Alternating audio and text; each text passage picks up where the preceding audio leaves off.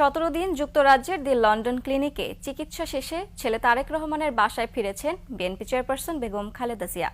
উন্নত চিকিৎসায় তার স্বাস্থ্যের যথেষ্ট উন্নতি হওয়ায় ডাক্তাররা আপাতত তাকে বাসায় থেকে চিকিৎসা নেওয়ার পরামর্শ দিয়েছেন। লন্ডন প্রতিনিধি শাহেদ শফিকের পাঠানো তথ্যচিত্রে আরও জানাচ্ছেন তরিকুল ইসলাম।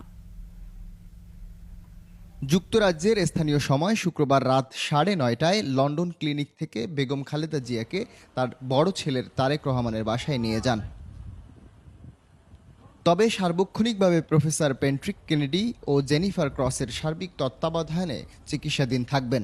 ওষুধের মাধ্যমে যে চিকিৎসা চলছে তা অব্যাহত রাখার জন্য সব চিকিৎসক একমত এবং সে অনুযায়ী চিকিৎসা চলবে।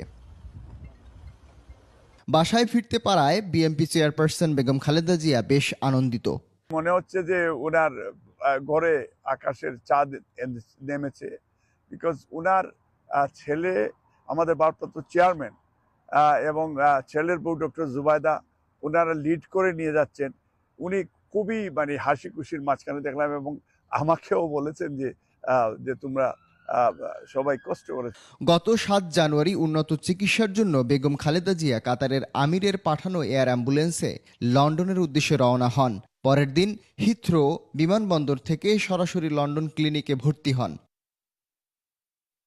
তরিকুল ইসলাম, 21 টেলিভিশন, ঢাকা।